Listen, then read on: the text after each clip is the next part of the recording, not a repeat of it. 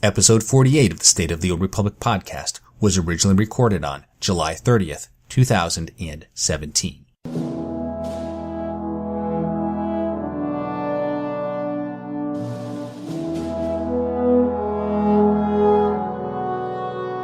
It's the State of the Old Republic podcast.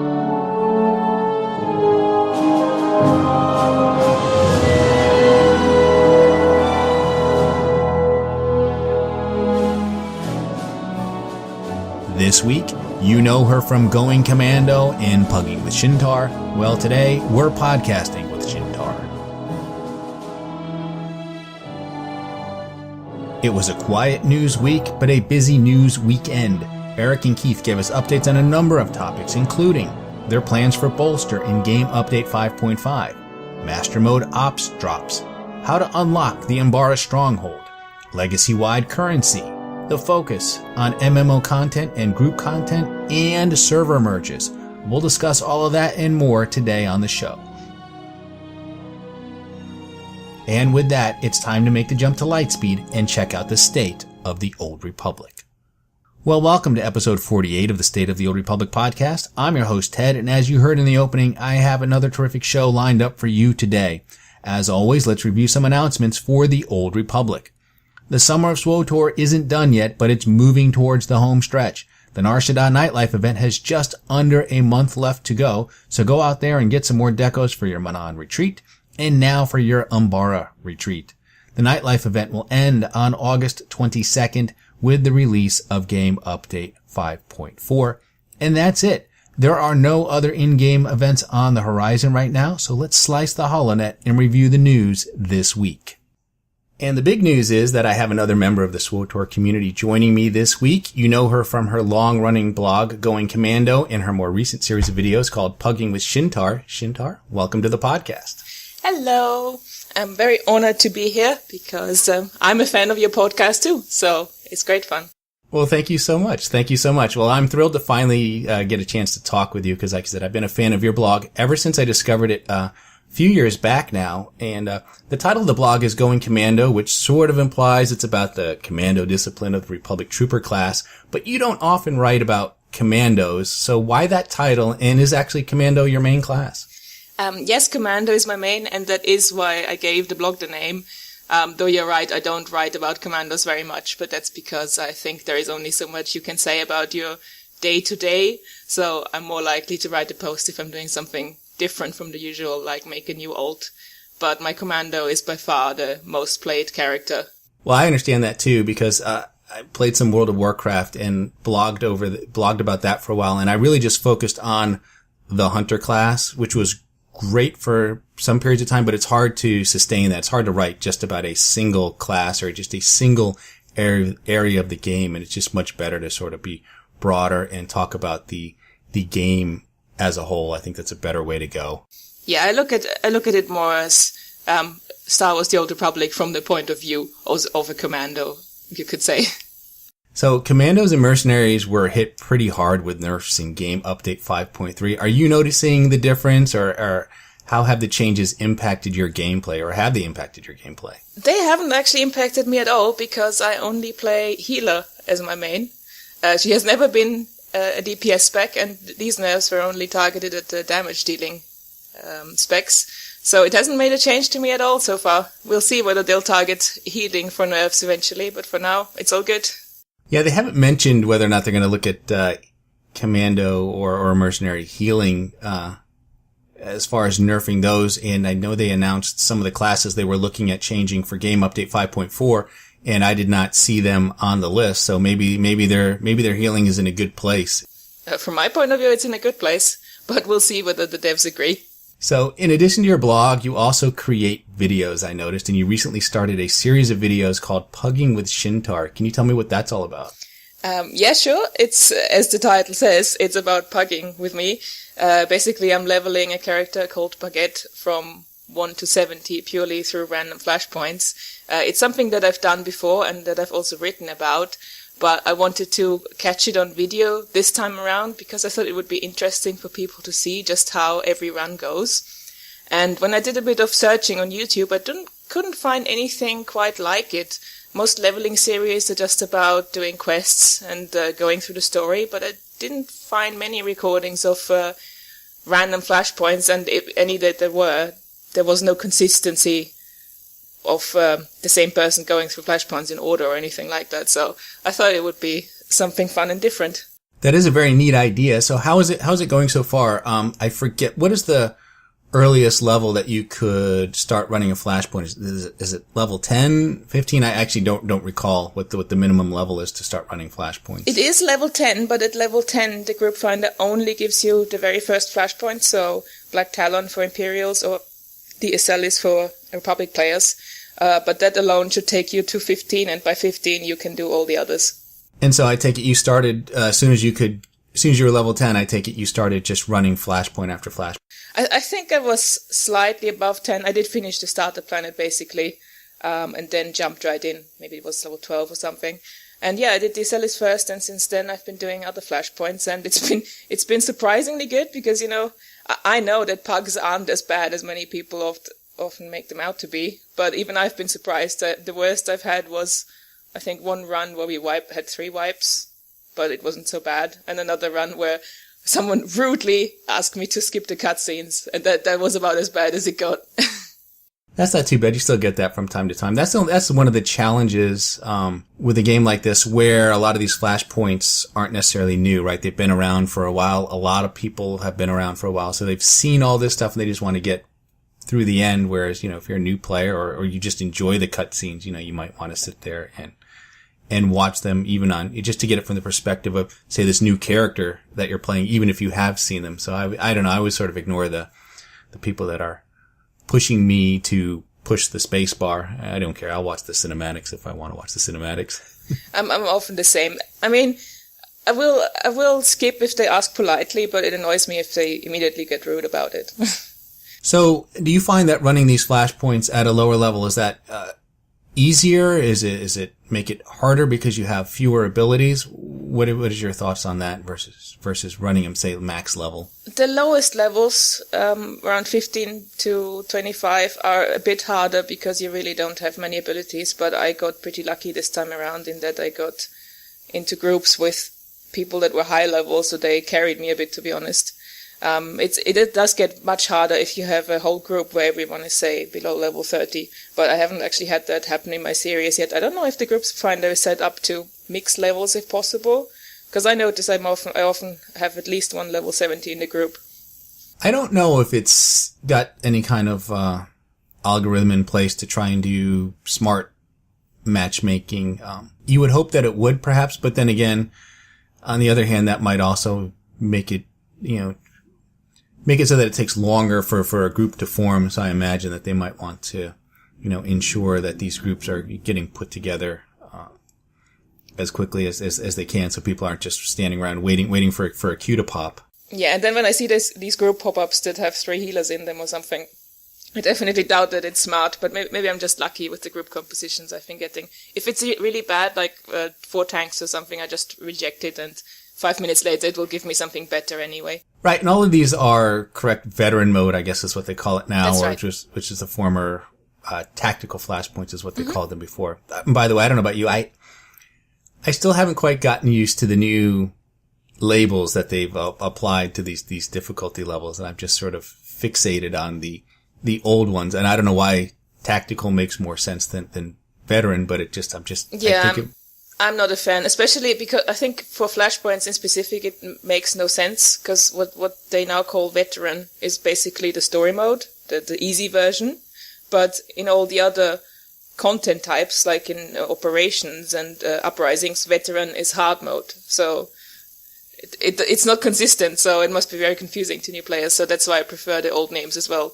So, of course, the idea behind the veteran mode is that it's somewhat role agnostic. I mean, do you find that to be the case, or do you really think you need to have a tank, more standard group like a tank, a healer, and 2 DPS is really ideal?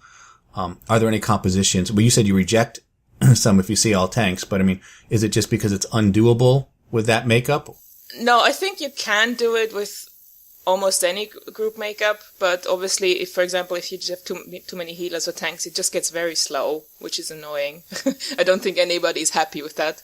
I think the optimal group for tactical flashpoints would probably be 3 DPS and a healer, or even 4 DPS and maybe one with it that has just some healing abilities for emergencies. But that's if you're higher level. At lower levels, you definitely benefit from having a tank and a dedicated healer. So it's not just about the role composition, but about the level mix you have in the group. Because while Bolster is very good, it's not good enough to make up for complete lack of, say, survival cooldowns or that sort of thing. Sure.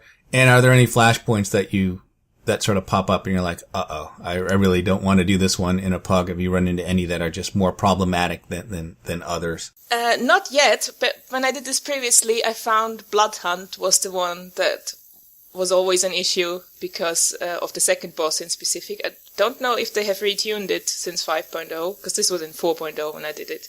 But yes, the second boss would always wipe groups, but mostly because people would get knocked off on the edge. That's for those who don't remember, it's the Mandalorian couple, Joss and Valk. And yeah, they jump up and down and they knock you down, they knock you back, and circles on the ground. There's so many mechanics in that fight, and it's very hard if you don't have the abilities to counter it, and so there's always lots of wipes there. But that's the only one. Everything else has been pretty smooth sailing, to be honest. So if they retuned that in 5.0, it would be pretty perfect. Yeah, I don't think I've run it in veteran mode or even master mode since 5.0, so I'm not sure where it stands. Obviously, whenever they do these level caps, they do have to touch all of these encounters and kind of adjust them. So not sure where that one sits. So what level have you gotten to? Is the leveling very fast? Do you find it to go where it's fast in general, even when you're just out doing quests and things like that? But what's the pace like doing these flashpoints? It is reasonably fast. My character is 44 now. It's just, since I only basically run one flashpoint a week, it feels slow anyway, because I gain 1 or 2 levels a week. But for the time invested, it is quite fast. Well, it sounds like it's a fun thing. So how many videos do you have for this series now, right? What are you up to? I just recorded episode 12 today, yeah. So episode 12, level 44, I'm guessing it will be 25 to 30 episodes until I reach level 70. Well, very good. Well, I certainly look forward to seeing the rest of those. And in addition to this Pugging series, you did a wonderful video recapping the whole Dread Masters storyline. This was, I think, a couple months back. What inspired you to do that? And are you planning to do more lore/story videos in the future? To be honest, the idea for that one came to me such a long time ago, I don't even remember what inspired me. I started recording the footage for that literally years ago, and then it just sat on my hard drive until I got around to recording everything. I think it was just that I heard people talking about it and, expressing that they liked the story of the Dread Masters and the way it was sort of spread out across these different operations. But at the same time, it's something that obviously a lot of players never see because they don't do operations, or even if they do, maybe they didn't pick up the story quest to follow the story thread that's going through there. And again, I searched on YouTube and couldn't find anything quite like it that explained just how it all fit together, so I thought it would be a fun idea to make a video about it. In the Dread Masters, it really is one of the great storylines that they created for the game, and with the leveling the way it is, I mean, you can pretty much skip all these planetary stories if you want and just focus on your class story, which I think a lot of people do. I do that from time to time when I'm leveling a brand new character, and I'll skip some of these old ones. The Dread Masters is one I do like to do because it's just, I thought it was so well done. But I can see how in today's game, you can just easily skip over that because it's very easy to get from 1 to 70, by just doing sort of a minimal amount of just doing your class story and then maybe, a flashpoint here, a flashpoint there, or just starting on something like the Prelude to Shadow of Revan. I mean, you'll hit 70 well before you get to Knights of the Fallen Empire and Knights of the Eternal Throne these days. Oh, definitely, yes. I haven't really got plans to make anything like it because there hasn't really been a story like it since then. I mean, all the operations they've made since then have been pretty self-contained. Well, it was good. And are there other stories now in the game that you might want to do similar treatment that you did with the Dread Masters, other videos, or is this probably it for a bit? I think that will be it for a bit because, as I said, I don't see another story that is similar in the way it could be easy to overlook. So I just don't think there is a need for it. But if something else catches my eye, I might do another video about it. In terms of the game itself, what types of activities do you like to do? I mean, you talked about the pugging that you do, but what's a typical week of playing Star Wars The Old Republic like for you? Well, aside from taking some time to record an episode of the Pugging series, I do operations with my guild twice a week. And when I'm not doing either of those things, it depends on how much time I have. Lately, I haven't had as much time to play because of work. But I'll do maybe some PvP with my guildies or level an old. In general, I'm more likely to do some sort of group content, like a Flashpoint or an Uprising, than solo stuff. I find it doesn't hold my attention for quite as long. Yeah, I'm the same way, and I played this game solo for really the first half of Knights of the Eternal Throne for 5.0. I was really just on my own doing things by myself, and it was okay. I mean, there was plenty of stuff to do, but it was just the overall experience with the game was lacking. And then right around when 5.2 came out, I joined a very, very large guild and started doing lots of group activities, focusing on conquest every week. We were running around doing world bosses and things related to conquest, and of course, running operations and things like that. So when you say you do operations twice a week, what kind of ops are you running? Are you working on the veteran mode or master mode, or is there some sort of progression you're trying to do? What do you do with your group? Well, we were working on master modes, but we had a bit of a setback recently with some people leaving. So we haven't had much progress there recently, and we've been more back to clearing some veteran modes and just some master mode bosses when we have a really good group setup. It is in theory we would have the goal of clearing everything in the game eventually, but we haven't really got anywhere close to that so far. Now, have you cleared everything on your own? I mean, just since a lot of this stuff has been around for 5 years, with the exception of the new operation. I mean, have you cleared it all in previous versions of the game and the hardest levels? No, sadly not. I mean, it's kind of embarrassing to say that when you've been working on it for like 5 years, but no, I haven't cleared everything. Well, it's hard, right? I mean, you get so far and then they'll add another expansion or a level cap and everything gets retuned, and then you have to gear up just to get to a point where you can start tackling it again. And I imagine it's probably a little bit different than what it was before. I don't know, I haven't really done much in the way of master mode stuff. I did a few of the nightmare stuff well before 4.0, which is to say before they made it end game content. So it was during a time when it was possible to out level it and over gear it, and so I remember it did. So I have some of the achievements back then, but when we were just way overpowered. But I haven't really done some of the harder stuff since 4.0. It does change somewhat. I've been told that Dreadmaster Brontes in the Dread Fortress, for example, on Master Mode is apparently the hardest boss in the game right now. I mean, I have actually never killed her on the hardest difficulty, but got somewhat close previously. But apparently in the current tuning, she's really, really hard. But on the other hand, there were bosses like, what was this, in Temple of Sacrifice, the Revenite Commanders. I remember really struggling on those in 3.0. And then when they were retuned for 4.0, we went in and one-shot them. So it goes both ways. See, I thought when they announced 4.0 and said that they were going to be making all of these existing operations end game content, I thought people were just going to hate that. I thought that was just going to be a complete and utter failure, and that people were just going to reject that outright. But it turned out to not be the case. I mean, do you find it okay? I mean, do you mind going through and running these things that you've seen many times before, or is it not so bad? I don't really mind, because I could see if you were repeating it constantly, it would be getting annoying. But I mean, in total, we have not quite 10 operations or something, and you can rotate them through them every week. So, say you do a different operation every week, you won't see the same one until 2 months later again. So you don't get to repeat them too often. And me personally, I also like the idea of powerful bosses remaining powerful. I mean, I know some people feel differently, like in World of Warcraft, for example, where you can go in and one-shot, what's his name, Ragnaros now. Like that sort of thing just hurts my feelings somehow. So I don't mind if they get tuned up so they stay strong. I think that's the way I like it. Yeah, I think it's worked out better than I thought it was. And that's sort of my own World of Warcraft mindset coming in, where you're just used to getting new raids every so often. And then the old stuff, you can just go back in there and like one shot all these powerful bosses that they're just weak. And, you just go in there and try and get those super rare mounts and things that you didn't get before. But it does seem a bit silly. I kind of like the fact that you can go in there and do some of these fights. I mean, because some of these fights, even though I've done them plenty of times, like, I don't know, like the Soa encounter in Eternity Vault, I just thought that was a very well conceived fight in any game. And so I still enjoy going in there and running it, every week or, every other week or however often we decide to go in there and do it on veteran mode.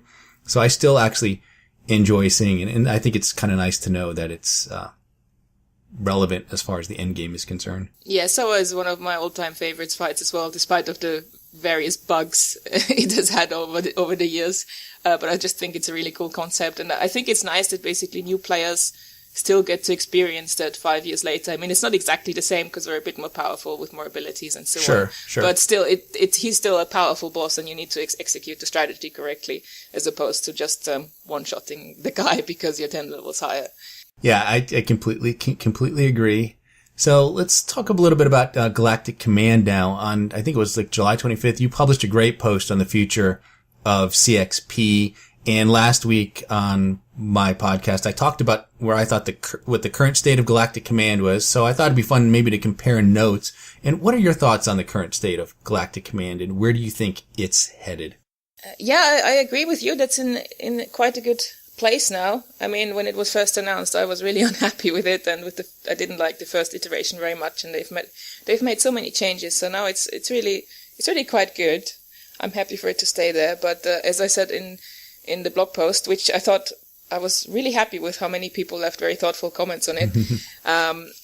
I'm just not sure where it's supposed to go in the future when they next raise the level cap, assuming that they do. As one commenter mentioned, they don't have to, but I think it's just a normal thing to do in this sort of MMO, that they will eventually raise the level cap again. Maybe not next year, but probably the year after that. And then what do? Do you just start over at number 1 at level 75 or whatever it is, and what happens to the old levels and so on? It's just a bit of a strange thing to think about, because even though it's just numbers, I think I would feel a bit miffed if I had like 5 characters at rank 300 and it just gets wiped. It is sort of a strange system in terms of the ranks that exist. I mean, and you sort of likened this system to something that felt like one of those things that you see in World of Warcraft, where they come up with this big feature that's tied to a specific expansion, and then once that expansion's over, they just throw it away, right? And you said you felt like this was perhaps a throwaway feature, but that also doesn't seem to be BioWare's style right now. I mean, especially with 4.0, they seem to create content and then want to make sure that it hangs around and stays relevant for forever. We've seen that with the operations, the flashpoints, even things, you can still go back and run the Star Fortresses. The Eternal Championship is something that you can go back and can continue to do. And so I thought maybe they would do the same thing with Galactic Command, but because they've got that nice UI, it's a great way to queue up for a variety of activities, but I don't know how they handle those command ranks moving forward, assuming that there's a level cap at some point. Yeah, I agree. It wouldn't be BioWare style to just abandon the idea, but I think it's going to be tricky to update it going forward. And I'm not sure they really thought about that when they first came up with it. No, well, I sort of wonder if when they came up with the concept that they thought this was something that people were really going to like, and that they could just add more and more ranks to it as they increased the gear, right? So if they would add a new tier gear, they could add a brand new set of ranks, and then you would just work your way through that, getting those crates. And I wonder if that was the initial thought, but now that we've got loot from bosses and things of that nature, that the ranks don't really fit as well as they did previously. Yeah, they had some interesting ideas about how players would react at the start, so who knows what they thought about it.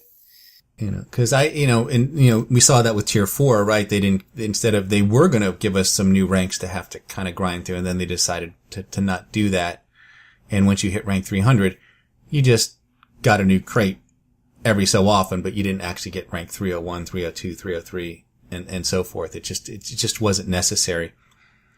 But, and I think that works if they were to keep Galactic Command, in place with a level cap, but it doesn't necessarily work if they have multiple tiers of gear. If they start another expansion, another level cap, and they put, tier 5, tier 6, and tier 7, and they have 3 new tiers of gear, then you would almost need ranks of some kind in order to plow through and get the each tier of gear before moving on. So I don't know. I'm not really sure what they'll do. I do hope it's something they'll address when the time comes and think about it long and hard first before making any announcements.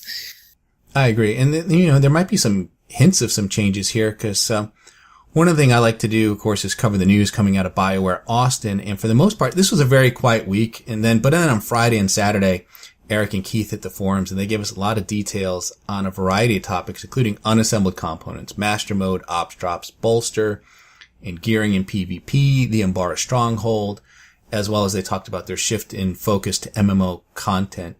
And then Keith even talked about server merges. So why don't we talk about some of those changes that they're planning and some of the things they updated, and we can sort of maybe get a sense of how that relates to Galactic Command. And one of the topics they had was unassembled components and master mode drops. And this is what Eric Musco had to say about those. And he said, as Keith alluded to previously, there are unassembled component changes coming to PvP mission rewards. And the TLDR is what we want you to be able to get is that we want you to be able to get more unassembled components each week overall, while also making ranked play a bit more appealing. We are in the final stages of locking down these exact numbers, and so look for a post on this next week with the specifics. And then he then went on to say, follow up to Master Mode Ops drops. Based on your feedback from the discussion thread, we are planning to add unassembled components to Master Mode Boss drops with Game Update 5.5. So what are your thoughts on those changes, and how much do you think they should increase the unassembled component rewards for those PvP quests? I'm not sure about the exact numbers, but I think giving out more unassembled components is a good thing, because at the moment, if you only do PvP, it's quite a grind and quite slow. I mean, I'm in a good place because I participate in almost every part of the game, and if you do that right now, your gearing is basically the easiest it can be. For example, you get some drops from bosses, and then you just use the components to upgrade them without having to go through the whole chain of ranks. But yeah, for the people who only do PvP, they could definitely use some more of them. And then in turn, giving some components to people who only do operations so they can upgrade their gear also sounds like a nice idea. Yeah, I completely agree. I mean, if all you do is PvP, and one of these, I had planned to do this one time, and I haven't gotten around to it and I know it's just going to be, I was going to try and sort of calculate if all you did was PvP, based on, wins, losses, how long would it take you to get gear? And I really didn't need to do the math to know it was going to be an extremely long time, that it's very inefficient. And if all you did was PvP, you were going to be working on getting your gear for a very, very long time. So I've always thought the number of unassembled components needed to be increased. I'll be curious to see what they change that to, but higher, I think, is definitely necessary for that. But what about the adding them to the master mode bosses? Is that, I don't think it's a bad thing, but is that going to be good incentive for people to want to go in there and run these master mode ops? Or is that still just going to be for people that want to progress and just are doing it for the challenge versus getting something else? I'm not sure it's enough of an incentive, because the loot drops themselves in master mode are still awkward. I don't know if you know, but they don't drop tokens like the other difficulties, but they drop actual assembled pieces in the purple version. And I know my guild at least always keeps getting whatever loot drop for a class that we don't actually have in the group every time. So that's really annoying. It reminds me very much of when the game launched, because I remember at launch we had that problem a lot. Loot dropping that nobody in the group could use, and they changed it later. So it feels like going back in time, and I don't know why it's so backwards at the moment. And I don't think the components alone are going to be enough of an incentive. I think the same people are going to keep running master mode mostly for the challenge. Yeah, I think you're probably right there, and it's just odd. I mean, obviously getting gear that nobody could use. I mean, it's not designed for any classes. Always frustrating. I mean, granted, you could pull out the mods and the enhancements, and you can kind of scavenge it a little bit, but still, it feels a little bit hollow to do that. It's not as fun as getting an actual piece of gear that you need. And then on top of that, right, it really is some of the hardest content in the game. So to not be able to get the best gear out of it is I think has to be equally frustrating. I think they probably should have more of the 248 gear, but they've been very guarded about that gear and wanting to kind of keep it with the new operation, which is understandable. However, there are only 2 bosses that are released, so it's not really like a great place to go farm 248 gear whatsoever. Yeah, and I think maybe they're a bit overly worried there because it's not like many guilds are farming master modes anywhere. I mean, there are presumably a couple, but I think for most people it's a challenge, and they wouldn't get full 248 sets out of them even if they drop there. Right. Yeah, I don't know what they need to do for master modes. It just seems like it's a difficulty level that doesn't quite fit. And I'm not suggesting that they remove it, but I think at one point in time, I think going into 4.0, I thought they stated they weren't necessarily going to they were still calling it nightmare mode, I think back then, and didn't want to do additional nightmare modes, but they've kind of walked back on that. But I somehow feel like there's probably some folks in there that would prefer not to have this master mode difficulty. And I think they're having a hard time making it fit and figuring out how to make it rewarding in terms of, whether it's gear or adding some type of loot to kind of give people the incentive for going in there and running it. Yeah, they have also gone oddly quiet about master mode for Gods of the Machine, because originally the plan was that the master mode would come out for the previous boss when the next boss releases, but there's still no master mode Tithe, and they haven't mentioned it, so maybe they've scrapped that idea again. Yeah, that's true, and a lot of people have been wondering about that. When are we going to see the master modes? And, it's possible.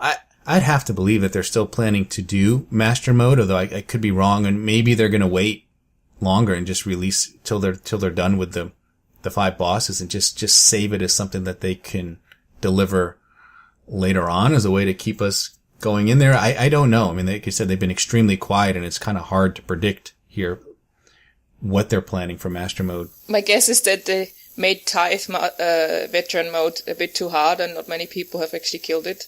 So that's probably giving them pause to add a mode that most people wouldn't even see because they haven't even done the previous one. Is my guess. Yeah, that's a good point. What's the point of releasing master mode right now if people are still working to clear veteran mode, and if people haven't quite gotten that to the point where it's farm status, then yeah, it wouldn't make much sense to have master mode right now.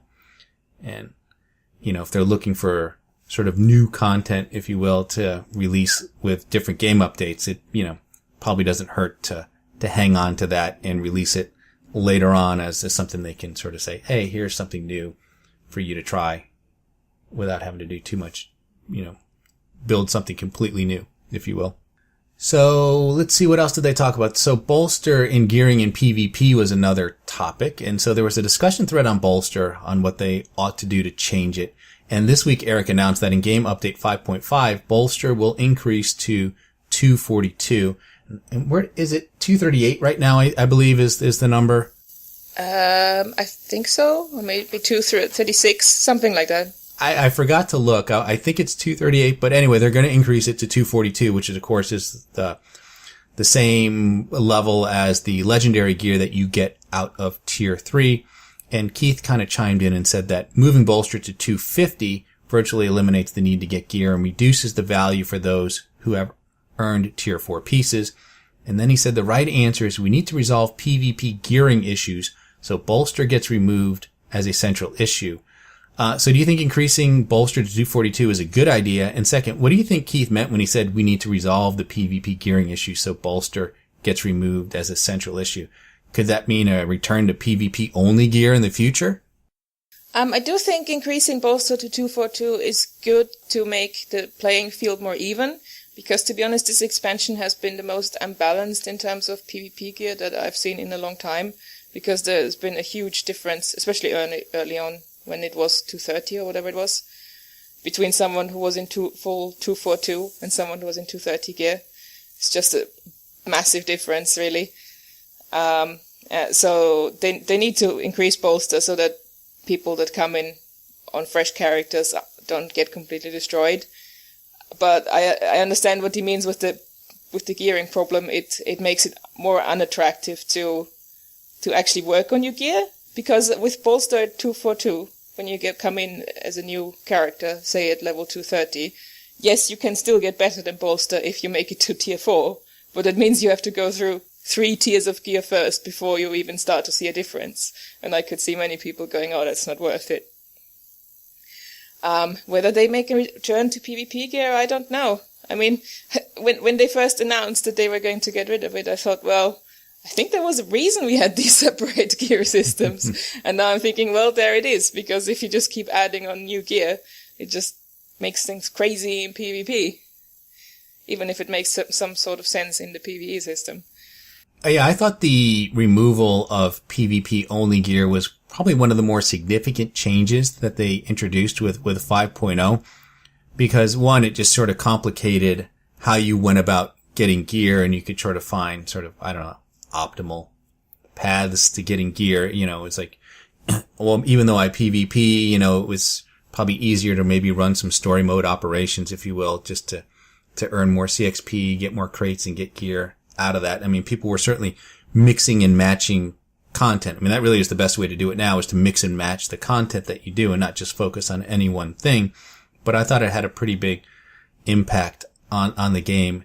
And while it's nice, it's convenient. You just have one set of gear that you can wear. I think it's introduced some other problems. But bolster to 242, I think is fine. I like it when the PvP matches are close and competitive. I like going into a war zone and kind of seeing it go right up until like sort of like the final seconds there to see who's going to win. I don't like it when it's one-sided, and that includes when I'm on the winning side. I just don't like, you know, big blowouts. I like good, close, competitive matches, come from behind wins. I think those are fun. Yeah, I agree. I mean, I like me a good, strong win every now and then, mostly to balance out the bad losses I have. But in an ideal world, every match would be a fair match, so you don't know in advance who's going to win.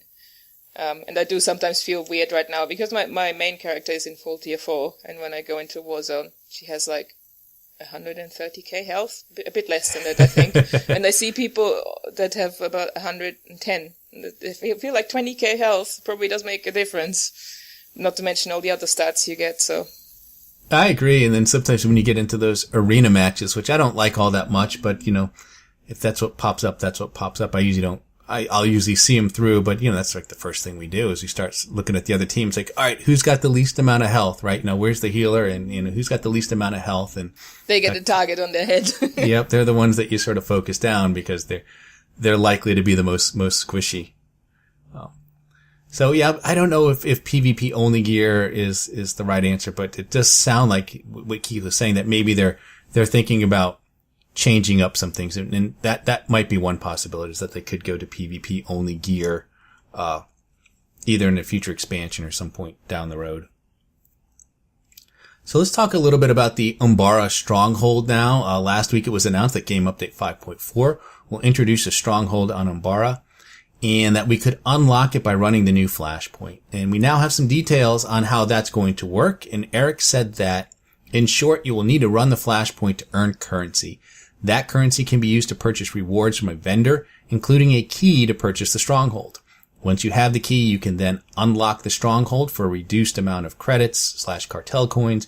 You cannot outright purchase the stronghold. It has to be earned by running the flashpoint to get the key. And Keith later added that the idea here is to reduce the cost of buying a stronghold by using your investment in time to lower the overall acquisition cost versus paying the full pop with either cartel coins or credits. We thought, hey, let's try something new where an activity you do anyway, you could benefit from your efforts and obtain a key from a currency that you automatically get by running the flashpoint. And then he went on to give a little bit of details about the exact costs. And he said, unless we change it before release, 10 times for story mode, for story/solo mode, 6 times for veteran, or 3 times for master mode will give you enough currency to buy the key from the vendor. And he said, what I don't know yet is the reduction amount for credits or cartel coins, and then they'll get that posted up. So what do you think about having to run the flashpoint and use currency earned from it to unlock the stronghold? I think that's an interesting idea. It's something we haven't had before. And I'm generally in favor of tying different things together. I'm sure there will be people who complain because they only want a new stronghold and they hate flashpoints, but considering they make it available for all difficulties, I think it's still fairly accessible and shouldn't annoy anyone too much. I'm not sure how it's going to work from a logic point of view, that running the flashpoint gives you access to the stronghold, but obviously we'll find that out when it's released. Yeah, it is a bit different. I sort of like the game. I like the idea of these alternate currencies. I think there's some benefits to that. One thing it does is it sort of devalues credits a little bit, which I don't think is a bad thing. These alternate currencies can reduce the need to have a lot of credits to get things in the game, which works well for other MMOs. I think for this game, I don't think so because of the cartel market, and there's just a lot of stuff from the cartel market gets put up on the GTN, which, so it does ensure that there is this sort of constant need to have credits in the game, but alternate currencies, can kind of offset that. Well, I don't know if this will have a big impact on inflation or anything like that. I certainly doubt it, but I like the idea of running content and having that be a way to unlock other features in the game. And as you said, being able to do story mode and do it by yourself as a way of getting it, even if you don't like flashpoints, I think is probably a good idea. 10 times, is that too much to run? I don't know, because this question came up, right? Because people I think were concerned about that. And they were asking if the new currency would be legacy wide. And this is what Keith said. He said, as of right now, it is not a legacy currency, but I know exactly what you're thinking. So let me pre-announce something which I suspect will make you smile, while at the same time irritate you because I won't tell you when until I update the roadmap. We are working to change currencies to be legacy based. This includes unassembled components, credits, the Umbara currency, and more. And he said, I'm not aware of any major obstacles preventing this from happening, and doing so will help with a number of changes we are planning in the future. So I thought that was a pretty amazing concept. They want all currencies, including credits, to become legacy wide. So what did you think about that when you heard that? I was pretty amazed as well. My first thought was actually, now I might finally find out how many credits I actually have, because I'm not super rich or anything, but what money I have tends to be very spread out among my alts, and I'm not really very good at keeping track of it. So if that actually all got put together in a legacy pool, I might end up being surprised. So that's pretty fun. Obviously, the unassembled components becoming legacy-wide would also be great, but they already said that they were planning to do that. They just hadn't announced when for that. And I think they probably wanted to do it sooner than later. And I'm wondering if in looking at making unassembled components legacy-wide, maybe it sparked this discussion to do it with all currencies. And they probably figured, well, hey, you know what? Once we are able to do that, let's just hold off on making the unassembled components legacy-wide until we're able to do it with everything. And I'm beginning to suspect that that's probably why they haven't talked about doing that with unassembled components for, say, 5.4, and I'm not even sure we'll see it in 5.5. Yeah, I think it's a pretty cool idea. The only downside I see is, I suppose, it will make it harder to start a new character from scratch, so to speak. You have to do it on a new server. Right now you can make a new character and sort of pretend that you're a newbie and not send yourself money from your other characters, for example. But if it's right there in your wallet, no matter what, it's a bit harder. True. Although I don't mind. I usually set up my new characters with all the stuff they need right from the gate. But I can understand why you might want to give yourself that little challenge. But that's usually what I do. I create a new character. I unlock all of their inventory slots and just kind of give them everything they need. The one thing I don't like, I'm a little worried about having the credits be legacy wide, is this. Every now and then I'll like to just kind of do sort of window shopping on the GTN, and I'll log into an alt that has no money, And that way I won't be tempted to purchase anything. And now, if I see it, the money will be right there. I'll just have to, I don't know how I'll constrain myself. That could be a challenge. Yes, that's definitely going to be a risk because you're not protected any longer just because you're on an old. No, you're not. Everyone's going to have, all your characters are going to have access to all your credits, and you just I may end up spending them down a little bit faster than I might normally have. Good problem to have, I guess, though. The one thing that's made me really thoughtful was that after this announcement, I saw several people clamor for making even more things legacy-wide, like social rank should be legacy-wide, valor rank should be legacy-wide, and it sort of makes me think what really should be legacy-wide and what shouldn't be. Maybe that's an idea for a blog post, because I wouldn't want everything to be legacy-wide, but I guess that's the question. What should be legacy-wide and what shouldn't be? That is a good question. I hadn't really thought about it too much. I mean, sometimes you do run into things like that. I see that, especially with the legacy system when they introduce, character perks versus sort of those global perks. And I see things I just wish, oh gosh, I wish. Of course, I wish everything probably were a global perk, such as those speeder ranks and little things like that. But I always sometimes wonder what the thought process is between them making something global versus a character perk. So moving on, Game Update 5.3 gave us the second boss in the Gods from the Machine operation. It's great fun. I've been able to get it done a couple of times now, but it does seem odd getting an operation boss, getting it one at a time over the course of, say, several months. And so this week, someone on the forums asked, will we ever see a return to form for operations? Example, an ops with, let's say, 5 bosses on launch opposed to 1 boss every month. And Keith responded this way, and he says, as I outlined in the roadmap, we are returning to our MMO roots. But as everybody knows, we were focused on story development and left most MMO content alone for the past couple of years. To change our direction, we had to retool, reorganize, hire new talent, and get everyone on board with the changed direction. That takes time, so we made a choice and decided to release the Operation Boss encounters one at a time. This gave us more time to design, polish, test, and get insight directly from players versus making everyone wait all year before we released 5 new bosses. And he said it wasn't an easy decision as we knew we were going to be criticized while impacting progression efforts. But honestly, it was the right call. We're discussing future content, how to release it, what's going to be included, and when, but we won't be ready to disclose our next year's plans for a while. He said, I know that's vague, yet it gives you an idea of where we're headed. So if they had announced, say, back in April that we were getting a new operation and give us a choice of doing it like they are now or getting the whole thing, say, in December, what would you prefer? I think if they had given me the choice, I would have preferred waiting for the whole thing, just because I'm such a loyal player of the game. I would have stayed subscribed anyway, and getting a whole operation at once is simply what I'm used to. But to be honest, I haven't minded it too much. I was a bit skeptical because I didn't think it was going to work so well, but so far I've been okay with it. Getting a new boss every 6 or 8 weeks or whatever it is. And I can see why they made the decision. It might have just been better for the game to be able to say, oh, look, we have new ops bosses sooner than waiting until December or whenever it would have been released. Yeah, I have to agree. I mean, and again, this game doesn't, especially with Galactic Command, right? I mean, the gearing isn't as traditional as you might see in other MMOs where you get the best gear, for example, from whatever the current operation is. I mean, this game isn't designed that way at the moment. So I think getting one, trickling out the bosses like this seems to be working okay. And there's plenty of other stuff to do, even though it's not new. But like I said, people sort of embrace the idea of going back and running these operations. And it's one place where they can get gear. You can also get your gear from Unassembled Components.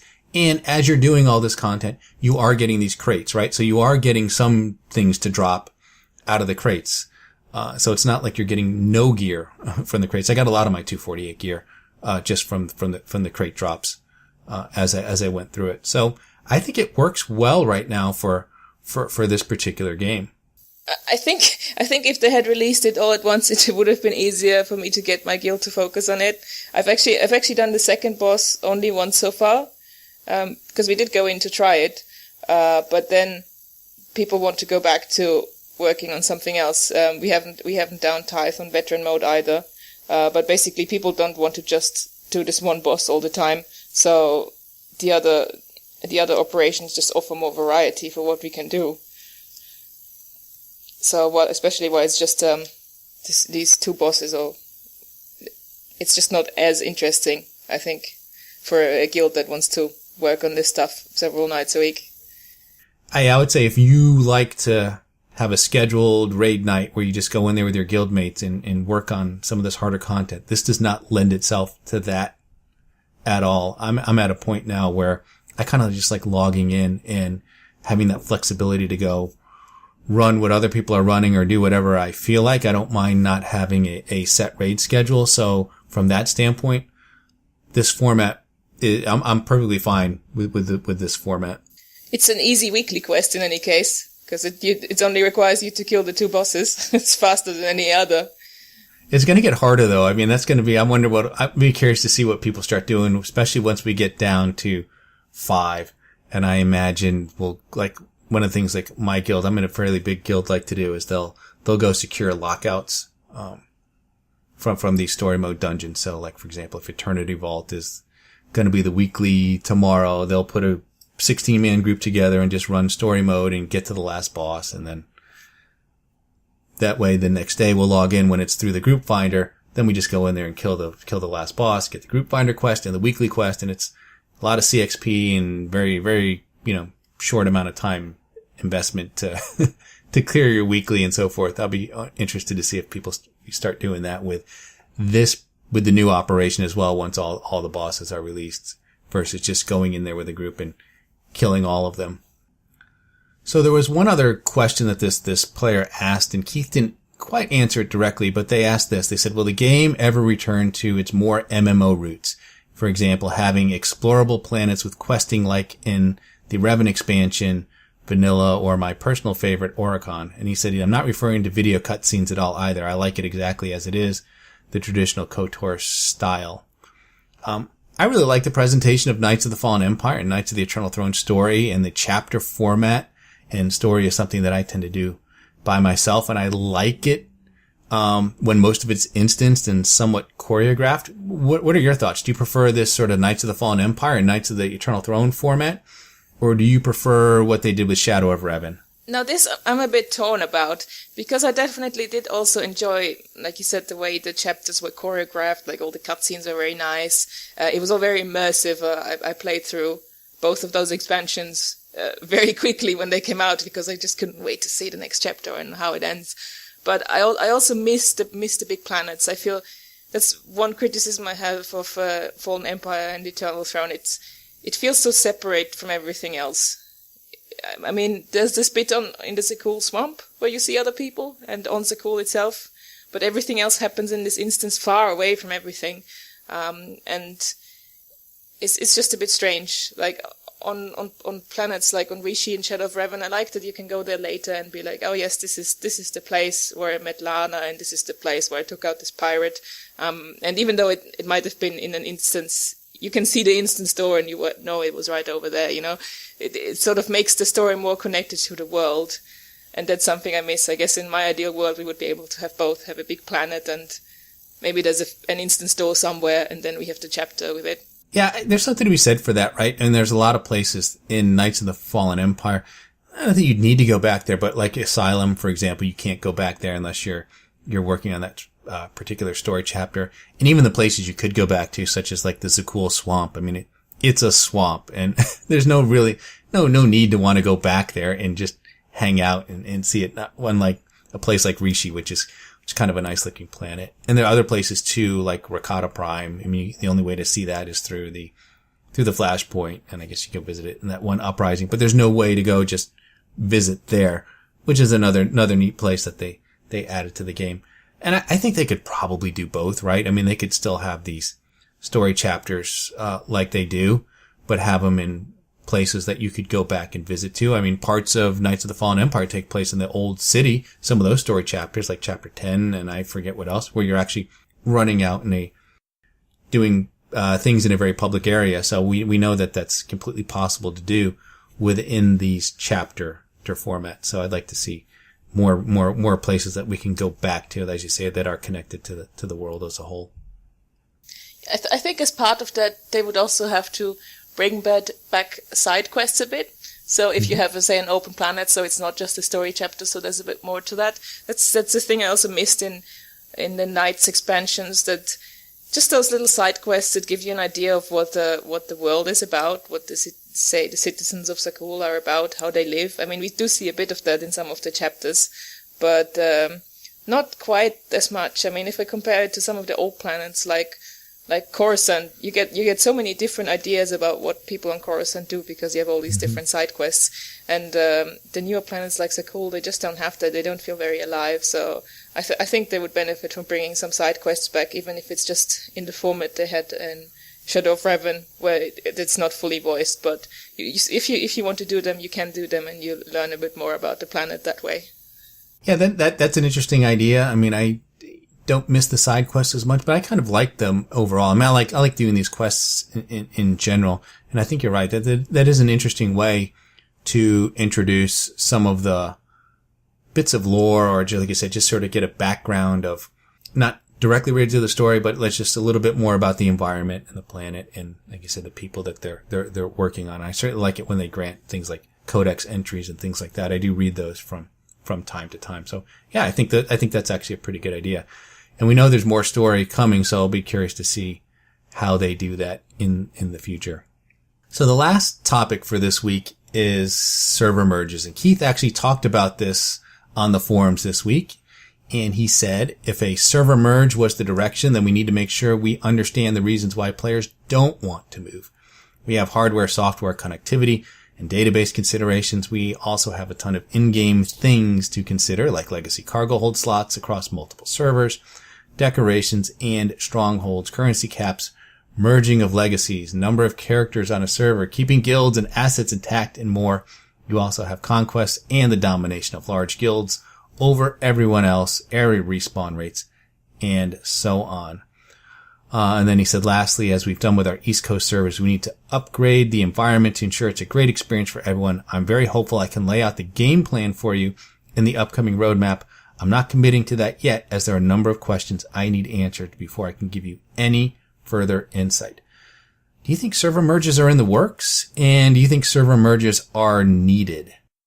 I think at this point they probably are in the works, though I don't think they will happen very soon, because as Keith said, there are many problems with them, and I don't think they want to force them on anyone half-baked and cause them to lose strongholds, names, whatever, because that would just be bad. For me personally, I actually wrote a blog post about this as well. I'm not a big fan of them. I seem to be in the minority here.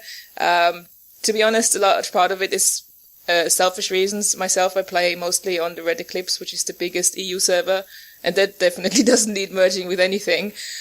So having other servers merged into that one would just mean possibly losing names and so on, which is just has no benefit for me. And I also understand some of the arguments from people who want to stay on the smaller servers, like Keith mentions Conquest, for example. On a smaller server, you have a much better chance of winning at Conquest, for example, while if you merge everything together, it's just going to be the biggest guilds all the time. Yeah, no, you raised some good points here, and this is the one question I've asked, and I don't know that I've gotten a good answer to that, which is to say, the big servers, and there are some high population servers that exist today, as you said. You're on a high population server. Harbinger here is a North American server, and I just wonder, how close are they to representing what the environment would be like if we were merged together? I mean, would it be that much different than what we're seeing today on these big servers, or are they pretty representative of what the post-server merge world would look like? I suspect that if they merged the smaller English-speaking servers on in the EU side into the Red Eclipse, it wouldn't feel very different, because, for example, you can see that in my Flashpoint series. The Flashpoint pops are a couple of minutes wait time at max. PvP is also very quick, so I just don't see how that could get much quicker, so to speak. But I have been thinking about it lately, because the other day I was playing an alt on the Progenitor, which is what used to be the role-playing server for English-speaking players in the EU, and that's not dead, but it is more quiet for sure. And I ran into a random person that was going for the same datacrons I was hunting, and we got talking, and he was like, he'd just come back to the game after some absence, and he was like, this place is so dead, and previously I was on this other server and that was also dead. There's nobody play this game. And it was just because he had previously played on the old PvP server, which really is dead, and now he'd moved over to find a busier place, but had moved to the server which is also more quiet. So he was getting a really skewed perception of the game because of that. So I do understand that is a problem as well. Yeah, and my thought too is, like you said, if the existing high population servers are somewhat representative of what life would be like in this post-server merge world, that also means that you've already got a place where the majority of players are sort of going to benefit the least, but they're going to be impacted the most in terms of the potential negatives, such as losing names and however they decide to handle things like legacy cargo holds. And if you're merging legacies together, what do you do with people that have had same stronghold decorated on two different servers? How do you reconcile all of that? So I think it's a lot of people that would probably benefit the least, but be impacted negatively the most. Yeah, it is definitely a difficult subject, and I'm still skeptical, but I've felt somewhat reassured by the fact that Keith says they don't want to do it unless they can do it right. So I think they will work on figuring these things out first before they take any action. I agree. I think they're going to get there. I think it's going to take a while, but then I think they're going to try and do it in a way that has, that eliminates sort of the negative impacts, and that in the end it's viewed as a completely positive thing. Well, we are coming up on the end of the show here, and so before we say goodbye, I have one final question for you, and I ask everybody this. Where do you stand on the fiery groffets? Are you a save the groffets person, or do you disintegrate them into this bacony goodness? It's funny that you ask me that, because as far as I'm aware, I'm the one who started this meme, if you want to call it that, when I made a post back in April talking about my first tier 4 command crates and how I was so surprised that I couldn't disintegrate the poor groffets because they were so cute. And then Rav wrote a response to that saying that she hated groffets, but she approves of humanely donating them to me. And since then my cargo hold has been filling up with them, and I'm not sure what to do with all of them, but I'm not disintegrating them. Nope, they're too cute. I don't know. I blast them into oblivion. Although if I were on Red Eclipse, I suppose I would be more than happy to send them your way, knowing that you would have no idea what to do with all these groffets running around. You could just have them, decorate them in your stronghold. Though I guess you can't put down that many of them. That is the problem. You can only have one. If you could have multiple, it would be great. I would just make a big groffet enclosure or something. Yeah, you'd have to be a giant fiery groffet sanctuary. But it is. I like the little things like that in this game. Well, thank you again for coming on the podcast. I really enjoyed talking with you, and I certainly hope we can do it again sometime. Thank you very much for having me. It's been great fun, and I've been very honored to be invited to another podcast. And good on you for getting this many episodes in. I've been very impressed with how regularly you've been putting them out. So just keep up the good work. Well, thank you for that, and thank you to all the listeners who tune in each and every week to hear me talk about Star Wars: The Old Republic. And with that, it is time to cue the music and congratulate you on surviving another hour listening to episode 48 of the State of the Old Republic podcast. I'm your host, Ted, and I thank you for tuning in. You can find this podcast on iTunes, Stitcher, Google Play, YouTube, and Buzzsprout. You can also listen to the show directly from the show site, which is sotorpodcast.com, and there is an RSS feed where you can subscribe to the podcast directly. If you have a question for the show, you can email me at sotorpodcast@gmail.com. You can also tweet your questions to @sotorpodcast or send me a direct message, and be sure to follow me on Twitter to get the latest information on the show. Look for episode 49 on August 8th, 2017, and remember the Sith code, Cake is alive.